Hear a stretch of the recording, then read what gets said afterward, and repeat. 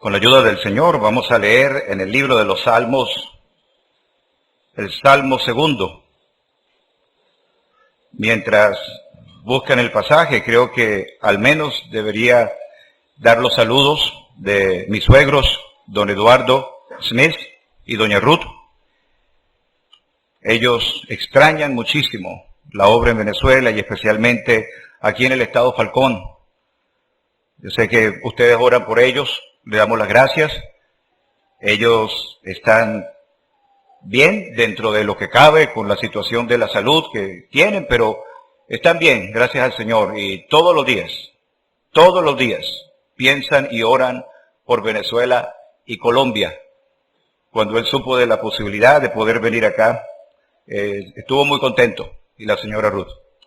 Y personalmente, por supuesto, para mí es un gran placer estar acá, pero vamos a la palabra de Dios. Salmo número 2, versículo 1. ¿Por qué se amotinan las gentes y los pueblos piensan cosas vanas? Se levantarán los reyes de la tierra y príncipes consultarán unidos contra Jehová y contra su ungido, diciendo, rompamos sus ligaduras, echemos de nosotros sus cuerdas. El que mora en los cielos se reirá, el Señor se burlará de ellos. Luego hablará a ellos en su furor y los turbará con su ira. Pero yo he puesto mi rey sobre Sión, mi santo monte. Yo publicaré el decreto. Jehová me ha dicho, mi hijo eres tú, yo te engendré hoy. Pídeme y te daré por herencia las naciones, y como posesión tuya los confines de la tierra. Los quebrantarás con vara de hierro, como vasija de alfarero los desmenuzarás. Ahora pues, oh reyes, sed prudentes, admitid amonestación, jueces de la tierra, servid a Jehová con temor y alegraos con temblor. Honrad al Hijo, para que no se enoje y perezcáis en el camino, pues se inflama de pronto su ira. Bienaventurados todos los que en Él confían. Que el Señor bendiga la lectura de su palabra. Este es un salmo mesiánico que nos lleva al reino milenial, al comienzo del Señor estableciendo su reino aquí en la tierra. Pero antes de entrar en los detalles de lo que hemos leído en el Salmo 2, solamente quiero apuntar algunos versículos del Salmo 1.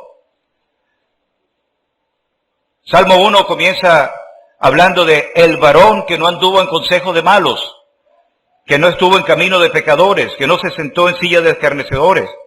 Uno que medita día y noche en la ley de Jehová. Versículo 4 habla de los malos. Y noten que habla de el varón en singular. Y habla de los malos en plural. El versículo 3 del capítulo del Salmo 1 termina diciendo todo lo que hace prosperará. El versículo 6 del Salmo 1, hablando de los malos, dice, mas la senda de los malos perecerá. Entonces, el primer salmo nos da como una introducción general del tema de este libro. Tenemos al varón que no anduvo en consejo de malos. Tenemos al varón que medita en la ley de Jehová, que es como un árbol plantado junto a la corriente de las aguas. ¿Quién es él? El Señor Jesucristo. Podemos ver un contraste acá, tratar de hacer aplicaciones en cuanto al creyente, nuestro deber de meditar en la palabra de Dios, etcétera. Pero aquí habla de un varón singular, ninguno como él, señalado entre 10,000, que no puede ser comparado porque es incomparable. Ese es el Señor Jesucristo. Y cuando se le llama así el varón, nos recuerda que Él, siendo Dios, se hizo hombre. Trae delante de nosotros aquello que sin ninguna controversia es grande, el misterio de la piedad. Dios fue manifestado en carne. ¿Qué varón? Ningún hombre había hablado como Él. Y tenemos así el contraste de este varón, en contraste con los malos, aquellos que son como el tamo que arrebata el viento. Y al final dice, la senda de los malos perecerá. Entonces, el Salmo 2 nos está mostrando a los malos que se mencionan en el Salmo anterior, en su ira y en su enojo, contra el varón, el Señor Jesucristo. El Salmo tiene 12 versículos y pudiera entonces ser dividido en 4 partes, de 3 versículos cada uno. Y como muchos han señalado anteriormente también, en cada una de estas 4 secciones podemos escuchar la voz de alguien que está hablando. Versículo 1 al versículo 3, es la voz del hombre o la voz de los malos. Del versículo 4 al versículo 6, tenemos la voz de Jehová, de Dios, del Padre. Versículo 7 al versículo 9, la voz del Hijo. Y versículo 10 al versículo 12, la voz del Espíritu Santo por medio del escritor inspirado. Vamos a ver entonces, así brevemente, estas secciones. Decíamos que en los primeros 3 versículos tenemos la voz de los malos, la voz del hombre. Comienza con una pregunta: ¿por qué se amotinan las gentes y los pueblos piensan cosas vanas? Está hablando de un motín, está hablando de una rebelión. Personas con pensamientos vanos, vacíos, incoherentes, sin sentido, que están en rebeldía en contra de Dios. Y dice el versículo 2, se levantarán los reyes de la tierra y príncipes consultarán unidos. No solamente los pueblos y las gentes, está hablando de los gobernantes del mundo, que no quieren tener el dominio del Señor, de su palabra, nada que tenga que ver con Él. Y el versículo 3 tiene la expresión, rompamos sus ligaduras, echemos de nosotros sus cuerdas. Esta expresión tiene que ver con, no queremos ser atados por lo que dice la palabra de Dios. No queremos ser gobernados por lo que Dios dice. Rompamos sus ligaduras. No queremos tener nada que ver con Él. Echemos de nosotros sus cuerdas. Hermanos, la palabra de Dios dice que el Señor Jesucristo un día va a volver a esta tierra físicamente a instaurar un reino milenial por 1000 años. Este pobre mundo finalmente va a tener al Señor Jesucristo en persona como el gobernante absoluto de todas las cosas. Aquel día majestuoso llega ya. Pensamos al final de la semana 70 de Daniel, la tribulación. Los reyes del mundo, los príncipes, tratando de luchar contra lo que tiene que ver con Dios, contra el pueblo de Dios, contra el plan de Dios. Y diciendo, rompamos sus ligaduras, no queremos nada que ver con Él. ¿No le recuerda también cuando dijeron, fuera con Él? No queremos más rey que al César. Pero no solamente pensamos al final de aquel periodo histórico de la tribulación profético que ha de ocurrir. Pensamos en el tiempo presente. Los pueblos piensan cosas vanas. Los gobernantes consultan en contra del Señor en todas partes. Y leyes son aprobadas que van en contra de la palabra de Dios, llamando a lo malo bueno y a lo bueno malo. Y nosotros como creyentes en la tierra nos afligimos. Y pensamos, ¿cuánto más, Señor? ¿Cuánto más?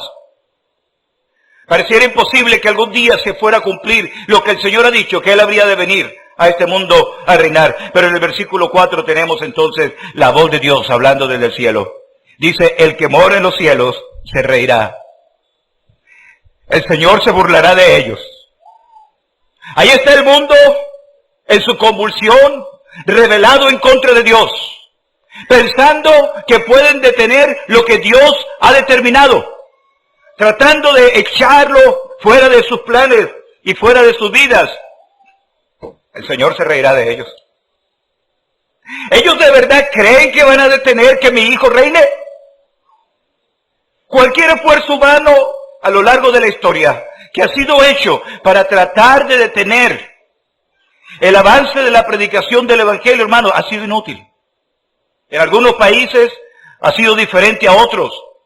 Pero cuando tengo la oportunidad de hablar con personas que dicen que son ateos, que no creen en Dios, que no conocen nada, y quieren saber algo que le digamos acerca de la verdad de la palabra de Dios, vamos a la palabra de Dios.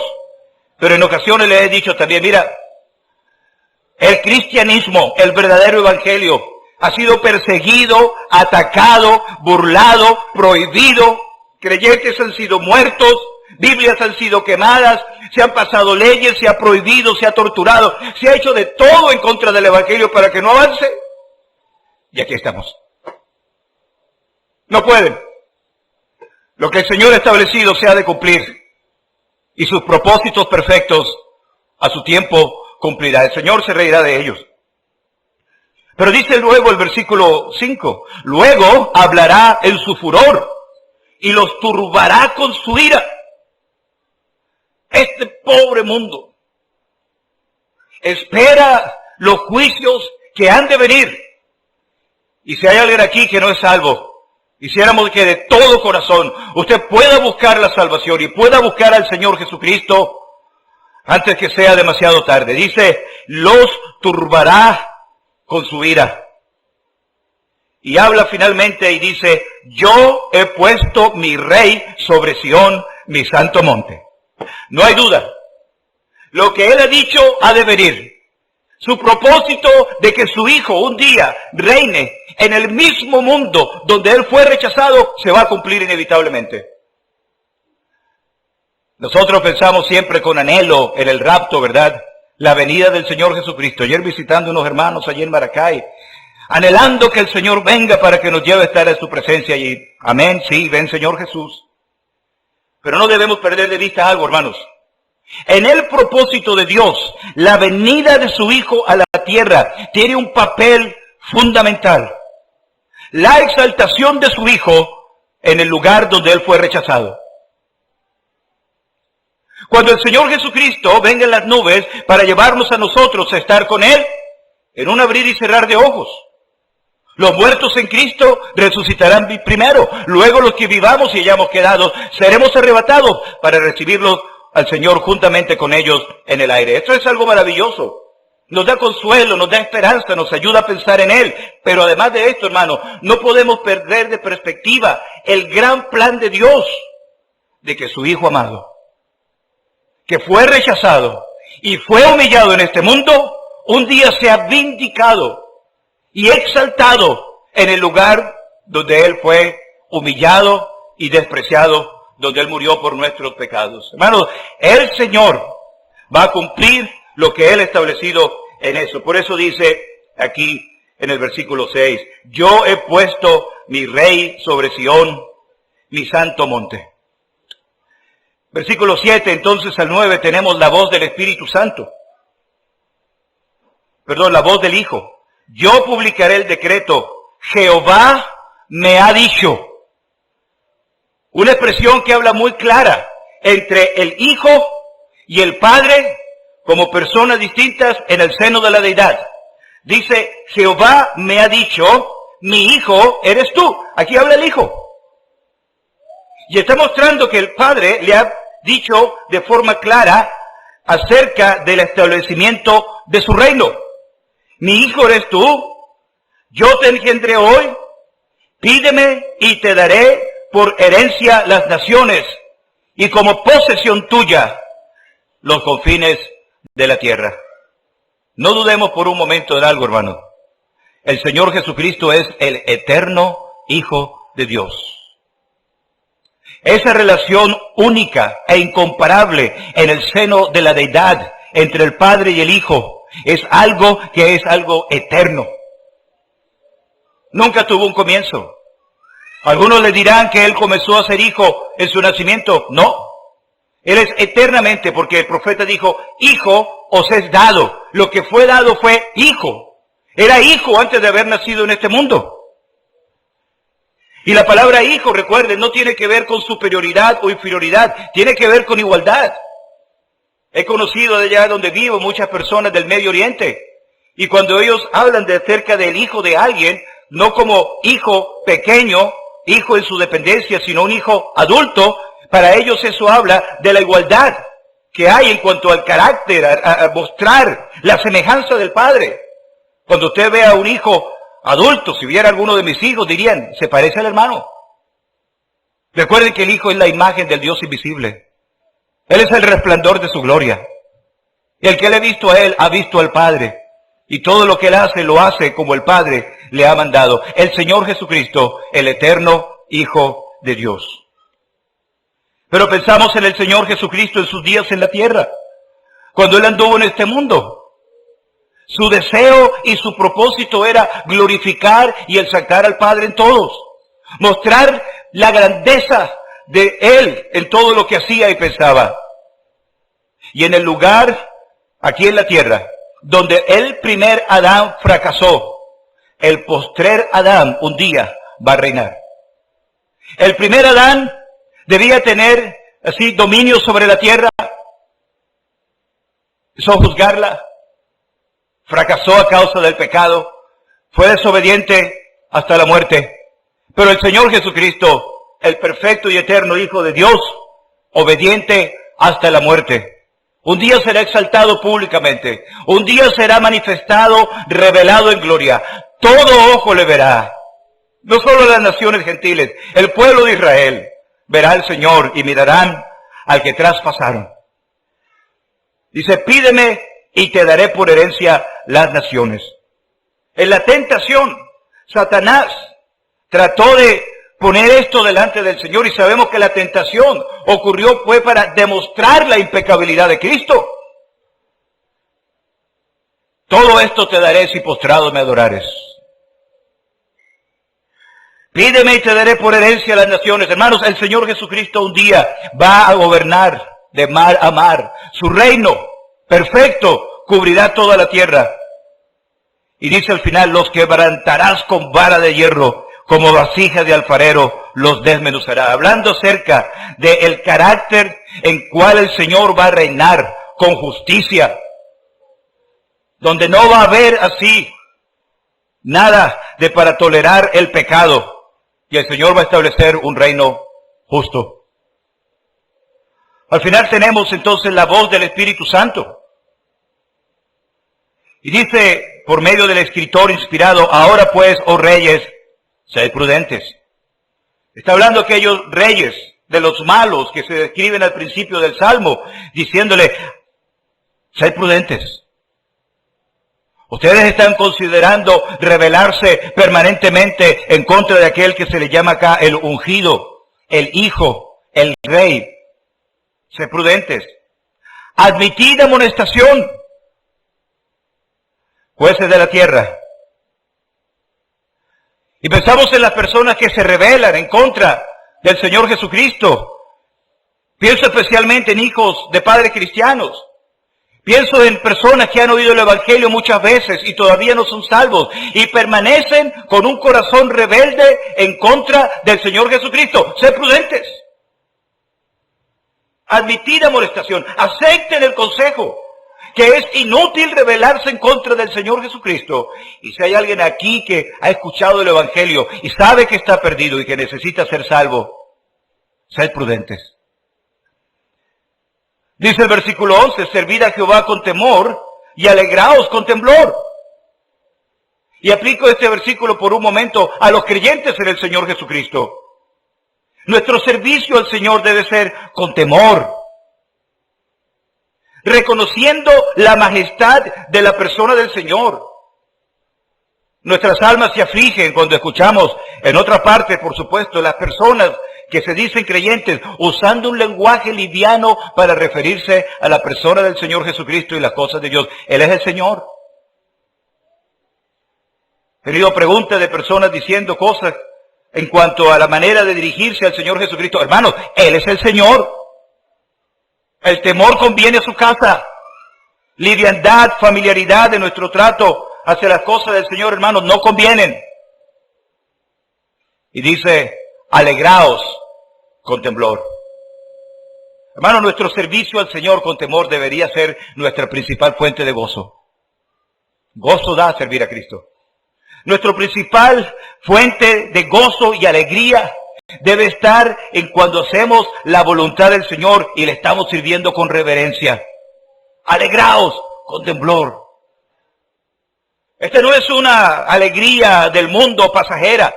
Esto no es algo que se va a desvanecer. Esto es algo que debería inspirar en nosotros la reverencia de aquel que es nuestra fuente de gozo. Es un Dios santo. Versículo 12 dice, honrad al Hijo, para que no se enoje y perezcáis en el camino. Esta palabra, honrad al Hijo, es muy interesante. Esa palabra honrad, y menciono esto brevemente, cuando lo leen en otros idiomas, habla de besad al Hijo. Y tratando de estudiar un poco el origen de la palabra y por qué la tenemos honrada al Hijo, no hay una contradicción, hermano, no estamos diciendo que esto está mal, no. Hay que hablar con cuidado, hermano, cuando hablamos de las Escrituras, y a veces, perdonen que diga esto, me aflige cuando hermanos dicen en público, eso no está en el original o eso no está así, hermano. Hay que tener mucha sabiduría y mucho cuidado en lo que decimos. Perdonen, hermano, que diga eso. Honrad al Hijo. Está hablando de un reconocimiento de su visión ante la autoridad de Él. Está hablando acerca de un reconocimiento acerca de Él como el que ha sido coronado, exaltado en majestad. Está hablando acerca de uno al cual es digno que nosotros vengamos a rendir homenaje, a postrarnos delante de Él, y que podamos así, de esa manera, poder reconocer la grandeza de Él, no solamente de labios para afuera, sino una actitud que demuestre que estamos honrándole a Él como Él lo merece. Bueno, no hay forma de servir al Señor en términos medios. El Señor no quiere nuestra devoción parcial. Él no quiere creyentes solamente el 50%. El Señor quiere que nosotros honremos al Señor completamente y que podamos entenderle y apreciarle en su santidad y la reverencia que Él se merece. Y el Salmo termina, bienaventurados todos los que en Él confían. El Salmo 1 comienza también con una bienaventuranza, hablando del varón que no anduvo en consejo de malos.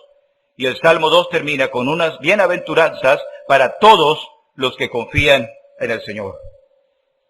Hermano, Él es nuestra fuente segura de socorro. Él es nuestro amparo, nuestra fortaleza, nuestro pronto auxilio en la tribulación. ¿A quién iremos? Como dijo Pedro, tú tienes palabras de vida eterna. Que el Señor nos ayude y Él bendiga su palabra.